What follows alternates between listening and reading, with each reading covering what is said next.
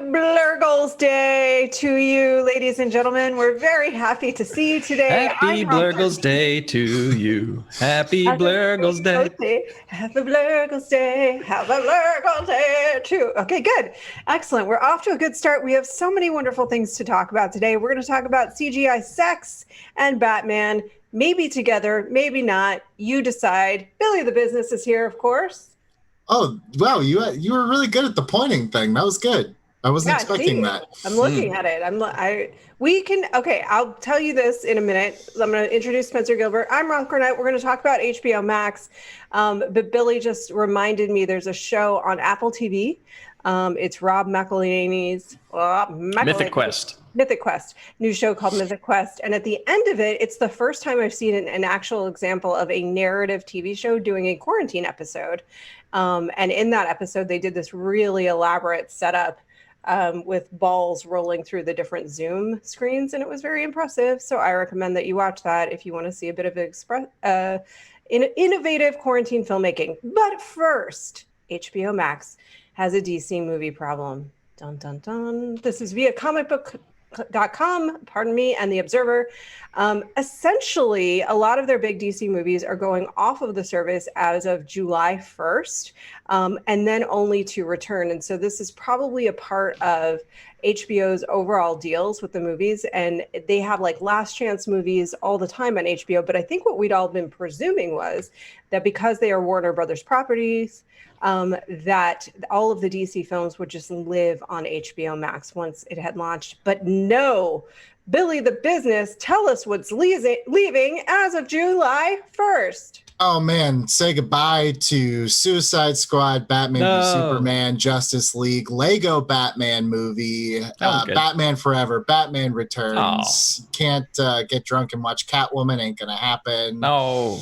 HBO Max. Woof. What a massive just fart in church this whole thing has turned out to be. I was super pumped, and then why would you build out a whole DC subsection of your app and all that's going to be left is like Lois and Clark and maybe, like Superman 3.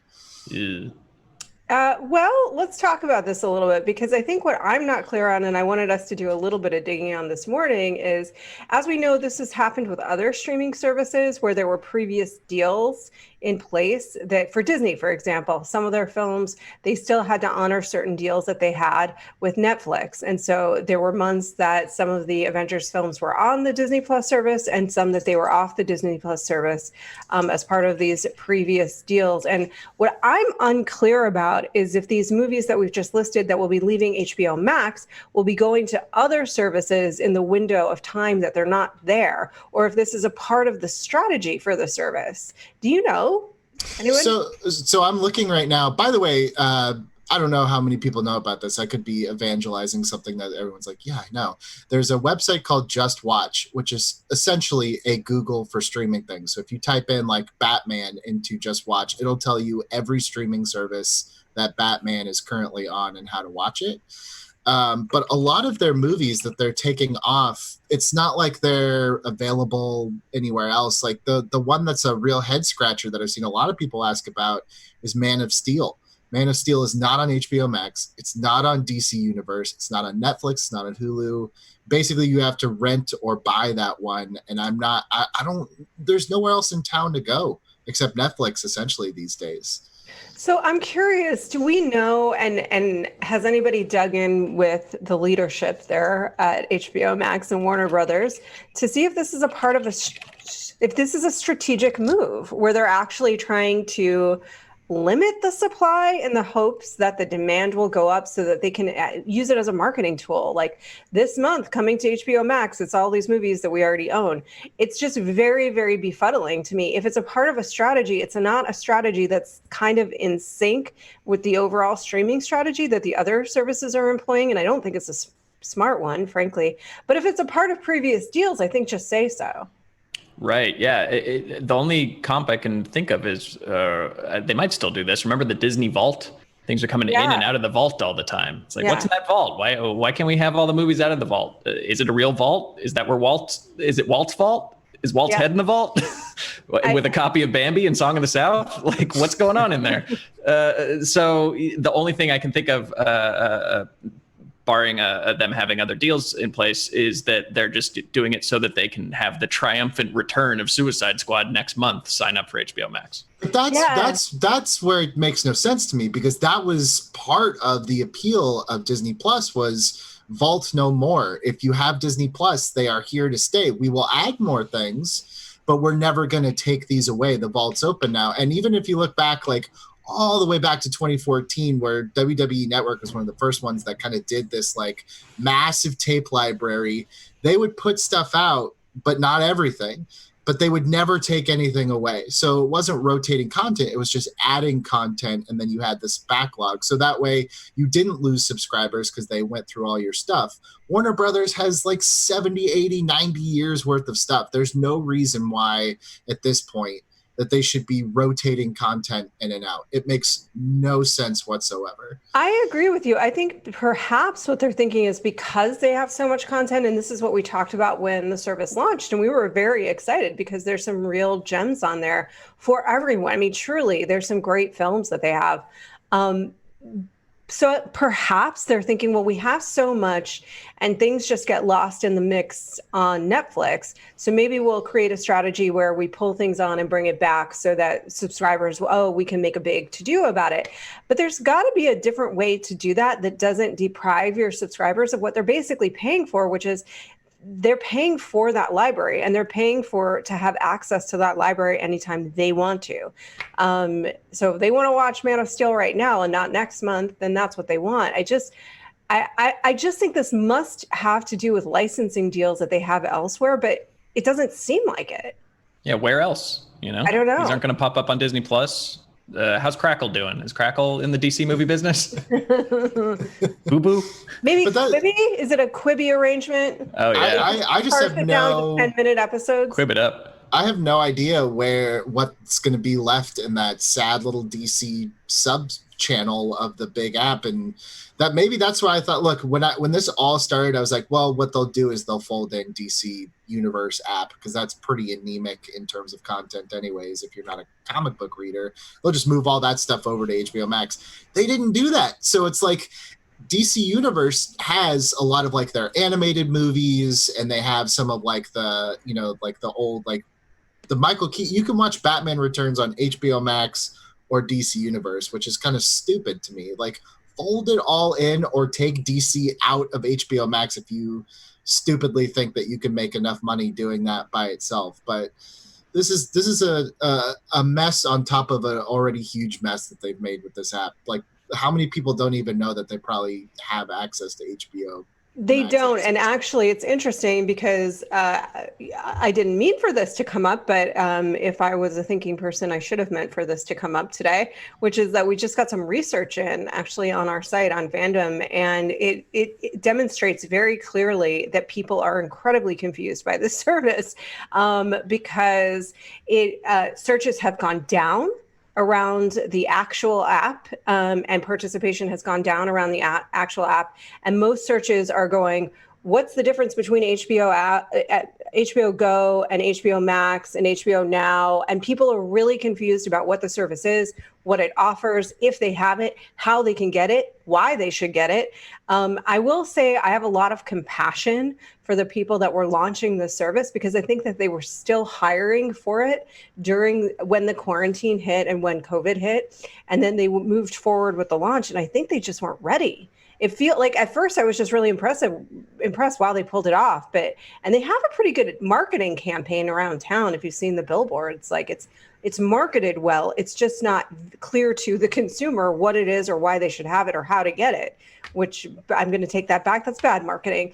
No one's out driving around to see those billboards is the problem. Also, yeah, billboards. Bad time to be in the billboard business. Bad time for billboards. You know what? I'm just going to roll all that back.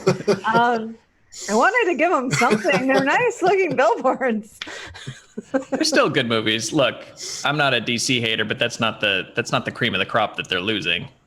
I mean, right? But they still have like Shazam, Wonder Woman, the Wonder Woman's Nolan Batmans. Sure, but think if like Disney Plus was missing, Iron Man 2 and Thor: The Dark World and a couple of the other. I'm fine with that. You are, but I think people would be. Movies. But people, that's my point. Is I think people would still be like, why is Disney missing, pieces of the Infinity Saga? Like, just because maybe they're not considered the favorite DC movies, it's going to be odd. Like, I think it's super odd that you can essentially watch Man of Steel 1.5, but Man of Steel is not on there. Like, that's annoying. Also, where's like they did this too with the Hobbit. They have Hobbit 1 and 3, but 2 is not on HBO Max. Desolation of Smaug isn't there. It's so frustrating. It's so I can't get over HBO Max. Just what a shart this whole thing is. I was really pumped too, and I don't think I've used it once. Determined to do fart talk. 100%. Yeah, we're gonna get it. That's Billy's second fart reference. It really is. Make it 3.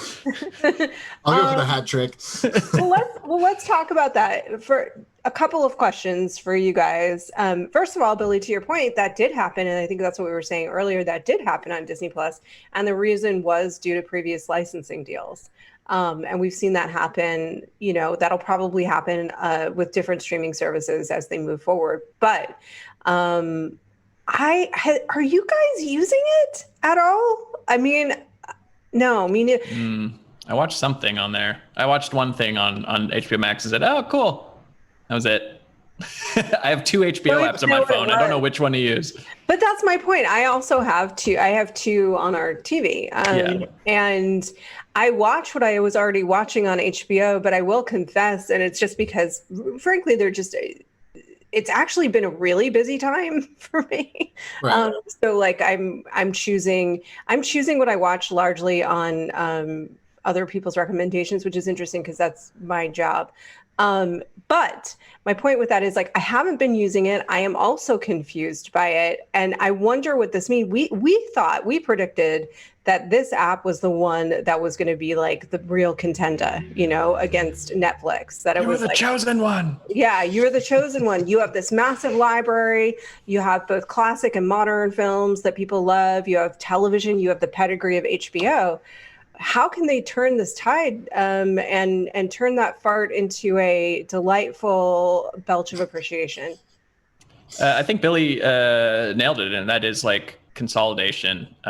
Sadly, is the name of the game. When it comes to apps, we don't need a million of them. We don't need confusing titles. We want all of our stuff to be in one place. So absorb DC Universe, absorb HBO Go, Max Plus, Elite, whatever tiers of gold that they have, roll them all up into one thing that says HBO, and click on that, and there's all your stuff. I will say, though, like, I don't know if you guys have this experience with Netflix. There's a ton of stuff on Netflix that I think they struggle to figure out how to surface and how to market. There's a lot of stuff in the library that just lives there that never comes to the surface. And so I think it's a thing that they've struggled with internally. And for HBO Max, it's almost like when you have that much stuff, you almost have to create 4 or 5 events every month and bucket things together so that people know you have an excuse to bubble up that you have this stuff, right? Like, you almost have to package things every month, almost like you're an editorial brand, in order to get it out there and have an excuse to get it out there that you have this stuff available. Yeah, I think the last Netflix thing that I watched based on marketing was probably Arrested Development. Netflix is almost exclusively word of mouth for me now. Like, I will watch The Circle or Tiger King or something when it hits that fever pitch national conversation, which in a weird way is kind of cool. Like, I would love to find, like, who was the person that was like, you got to check out this Tiger King thing. It's kind of crazy. Like, I don't remember a huge marketing blitz. I just remember all the reaction to it. Me too. I remember the first tweet I saw about it. Which was? It was just from a woman, female critic I know that I trust a lot, that was like, the shit's crazy. You have to watch it. I would say she's loquacious. So here's my other question for us, and I'm circling back to that, like, almost the way that we were thinking about how to recommend HBO, we started to just naturally divide it into, like, if you're in this kind of mood, or if because it's COVID and you're at home, or because you're an asshole and monsters on the internet, you should watch these things about other monsters.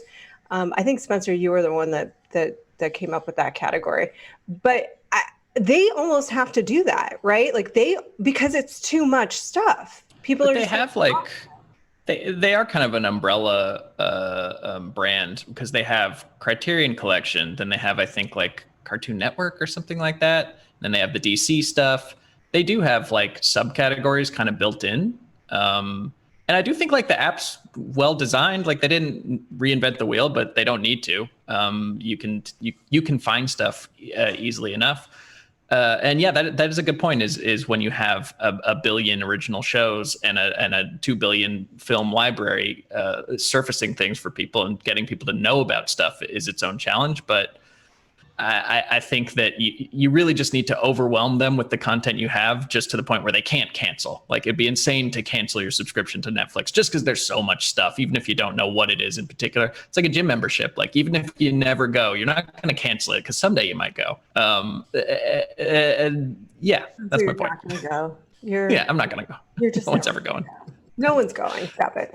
All right. Well, I do think that it's notable, to Billy's point, the biggest probably miss for fans of DC at this point, besides the movies that they're pulling off, is sort of like that they didn't combine all of the DC shows that currently, and couldn't combine all of the DC shows that are non-Batwoman, the Arrowverse series, and all of that isn't available. So hopefully at some point there is kind of like almost like the DC section of it that's actually full and robust for those fans. It'll be a while, because I think like even like the old ones, like Smallville's locked up with Hulu, Gotham's locked up at Netflix. Like it's just gonna be hard to get all their stuff. Even the stuff that's on the DC Universe app actually probably would do fairly well on HBO Max, like Batman the Animated Series, like a lot of that classic stuff. But maybe they should work on actually getting the stuff that they promoted at launch on their platform. I'm looking at you, South Park. You were all over the freaking banners. Oh, yeah, they're on the billboards and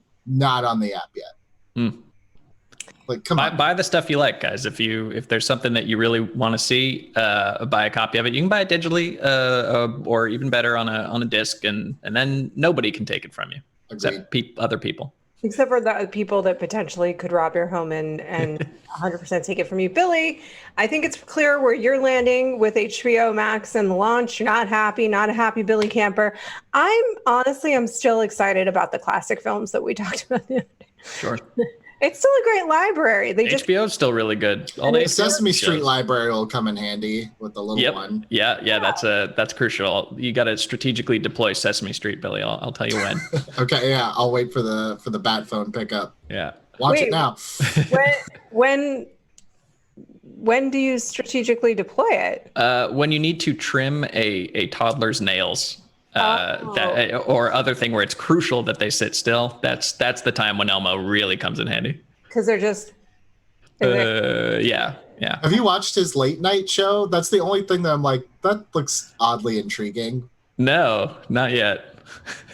It's cute though. Like the Sesame Street's great, man. They're doing like parodies of like Great British Bake Off with like Michael Che is hosting randomly. Like they're still putting in work on Sesame Street. Sesame Street has always been top notch. That's why it's lasted. Is it the longest lasting television show?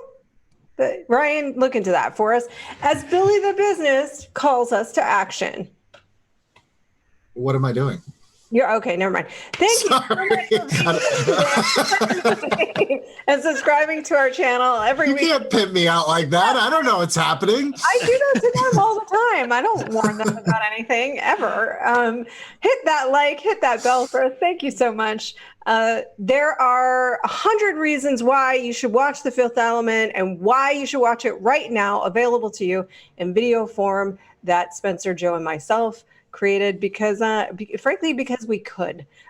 Tomorrow, you should definitely register for Rob Paulsen. He's a voice actor. He has voiced some of your favorite animated characters, Pinky from the Animaniacs, Teenage Mutant Ninja Turtles. So you should tune into that. Danielle is going to host that. It's going to be a lot of fun. You can ask your own questions or just watch and participate. The link to sign up for that is in the description below. Again, that is tomorrow at 12 p.m.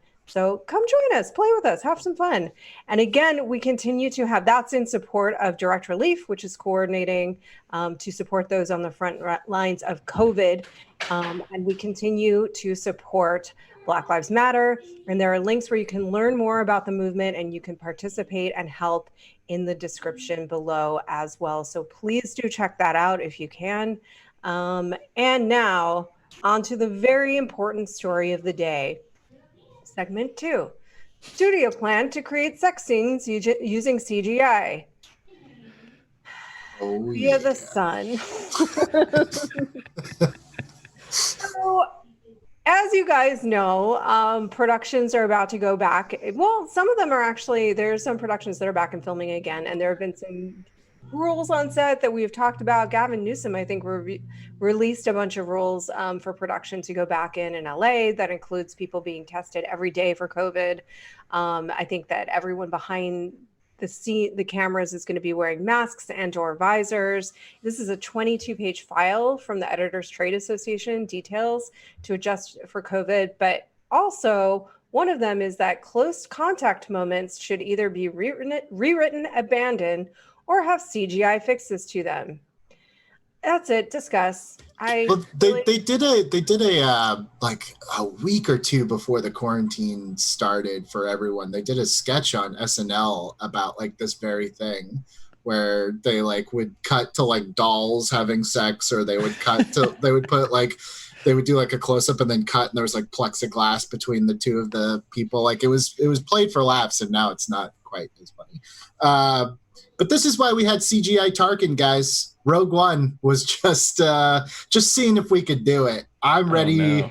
I'm ready to bring back some stars from yesteryear and watch them bang each other. I'm all about it. Let's just get weird. The world's burning. I'm just ready to see some weird shit. You're right. Isn't James Dean going to be in a movie? Right, yeah. He's going to be in a war movie last year, and we were horrified. And now he's going to hang dong. Wow. Now he's going to hang dong. Things really accelerated. They escalated quickly. Don't you just want to see some like weird matchups like hook up on screen? Thanks to this is what James Cameron has been doing for like 15 years. He's been developing the technology for us to have this moment, to have intergenerational matchups. This is like the WrestleMania, the Super Bowl of celebrity hookups. I want to see Gene Kelly and Kelly Ripa. Why not? Put them together. We can do it. So do it. The whole concept of shipping takes on a different note. I mean, listen, I will say I'm normally team get weird too. Things are weird, Billy. They're so weird. So weird. You know? So weird. They're so weird. I don't know how I feel. On the other side, and I told Spencer I was going to bring this up, there's a show that he recommended that I also highly recommend. This is really like peak television. It's really, really, really, legitimately, this is a great show called Normal People. But I will say the sex scenes are in a very, very, very naturalistic. And there was a couple of points that I was like, hang on. They're banging. That's acting, Roth. That's the magic of acting. No one's that good. You don't blush from like. Yeah. Look, consent is key. I think that if these are two people who would normally be in a sex scene together, and it's crucial for the story to move forward, then yeah, go ahead and animate that dong. I don't really love the idea of bringing back the dead to drop their pants and all about it. That's and have sex with the living, or as Billy was implying. I assume Kelly Ripa's still alive. And then I don't know that she ever has been. I think where it becomes a morally gray area is, what about things that were CGI to begin with? Your avatars. Your CGI Hulks, stuff like that. Like, could we be looking at a future where in Avatar 3, it's, Neytiri and Thanos going to town? Discuss. Yeah. All right. I will, in all seriousness, first of all, Kelly Ripa, I'm sure, is a lovely person. 2 is, but definitely not sentient. But the other thing is this: I am actively horrified by the idea of bringing back dead actors I know we let it go with the couple scenes in Star Wars, and I think there's context around that. But bringing them back to play entirely new roles, much less to sexify them, Billy, you monster. I am like actively horrified by this. I'm past the point of decorum, of any sort of like dignity. I don't care. This world is literally falling apart. I want to see weird shit before I die. Just do it. If you can do it, just do it. You're not seeing now. I want to see like remake, like, I don't know, Casablanca, but keep all the cast the same, except for like make Jack Black the main guy and just CGI him into like an old movie just to see what it looks like. Why not? Wait, that's on purpose. No, God. Freedom of choice, Roth. You can still have the original, but I want my weird CGI version. Also, how are they going to do CGI sex scenes? Because a lot of times, like for realistic kind of CGI, they do motion capture, and that's going to be so weird if you have two people in green bodysuits with little golf balls all over them, just like simulating sex for like 10 hours to try to get all of these motion capture sex things. Like, that's so weird. Benedict Cumberbatch plowing away at a doll. Andy Serkis is like, I'm ready. I've been training for this. Bring me in. I'll do it all. It does bring you back to childhood and your dolls. Moments when you were, Joe and I bonded. Was that not you guys? Was that me and Joe talking about? Come on. We did not plow away at our dolls, Roth. Yes, you did. That sounds like a you and Joe thing. Everyone did that. I think I shouldn't do this program anymore because this is now held in posterity. I will say I'm so horrified by every suggestion Billy is making that I am certain that all of it will happen. Because that seems to be the trajectory right now. If that showed up on HBO Max, I take back every negative thing that I ever said. Release the Kraken. And Marilyn Monroe. I want to see old celebrity, new celebrity. Kraken. I don't think we can do the show anymore today. Do you want to do a fan question? Sure. Okay, let's do a fan question. If you had to see one dead celebrity have sex with one ancient horror. Ryan, let us know what they're saying in the chat. How do they feel about HBO Max? Are they on board? Are they disappointed? And I guess tell us what dead and live celebrity they want to see banging. Absolutely, I'll let those answers come, and I'll give them some time to think on it. There was under home tree, I guess, right? That's where they're making out. I don't know. I will say Robert Turner at the beginning of the show asked about like how these licensing deals for streaming services work. Like he just like is a little in the dark of that. So if you guys have any time to speak on that, just from a more general purpose of like what we mean when we say like licensing deals are moving this stuff around. But some comments on HBO Max. Langley Neely comes in with the hot take. HBO Max was the biggest launch failure of 2020 next to Quibi. Yes. Brandon Sloan says, the vault method worked on my mom, wound up buying a copy of every movie every time it came out. So he's saying, hey, look, the vault method sometimes works. And let's see, Daniel Bright agrees. He goes, I think it's a strategy. HBO is trying to McRib these movies. So that's a good analogy from Daniel. Oh, yeah. Okay, well, make sure to check in on the other question. Oh, for sure. For licensing, a lot of those deals were made years ago. Like you look back at, at least for the Marvel movies is a good example. Like Disney made a deal with Netflix. And so first you have your theatrical window. And then, I mean, this is all going to change if it hasn't changed already. You had your theatrical window. Then you had like your pay-per-view VOD window, and then you had like your home video. And for like the Marvel movies, they had a Netflix deal. I think it lasted all the way up to, was it Captain Marvel was like the last one that was going to be on there. Yeah, I mean, either way, to make it even simpler, it's just you're just buying the rights to show it for a period of time on your streaming service. And a lot of those deals were made so long ago that's why, like, I think Infinity War is finally coming to Disney Plus at the end of this month, because that's when that contract that they had finally expires. And just to pull back a little bit more, you're asking how long the deals last. It depends. It depends on the nature of the deal. And the truth is that just because a studio owns the rights to the movie, that doesn't necessarily mean if they've made those deals, they still have to honor them. So they would have to, if they wanted to change the service where they were showing something, a movie that they had already licensed out, they have to renegotiate those deals, and it can get really complicated and very expensive, and probably a lot of times not worth it. So I think this is probably going to play itself out over the next 5-ish years as the system reworks itself, because it gets even more complicated for television, which has radically changed how those deals work and function. And it used to internationally, because the deals are different for every country for a lot of these films. It's different for every country, and it's also, there used to be that actors in syndication would continue to get money, and because of the way that buyouts work on streaming services, that has changed. So there's a lot across the different agencies and across the different the guilds to work through, but that's going to take a minute. So it just means that this isn't as clean as we would think it is. And then there's also like distribution rights, which is why you've never seen a solo Hulk movie, right? Because though Marvel Studios under Disney has the character, I believe it's Universal or Paramount. Is it Universal that still has the distribution rights to the movie? So they're not willing to make it. Did that help or hurt? Did that make it worse for you or better? True question. Chime in.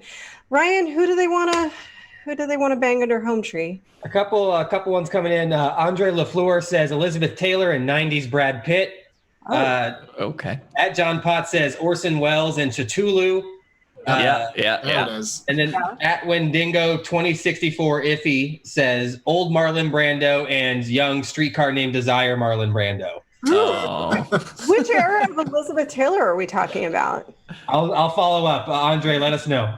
I think like Cleopatra era, like you want the if you're doing 90s prime Pitt, you probably want prime Taylor, right? Yeah. Not I do like that Taylor. the former version of yourself. That's very Logan. It's symbolic, Yeah, there is something to be said for that. I'm going to end the show now. So if there are any final thoughts from the two yous or the chat, chime in now. No, it's been a real one. I'm good. End it.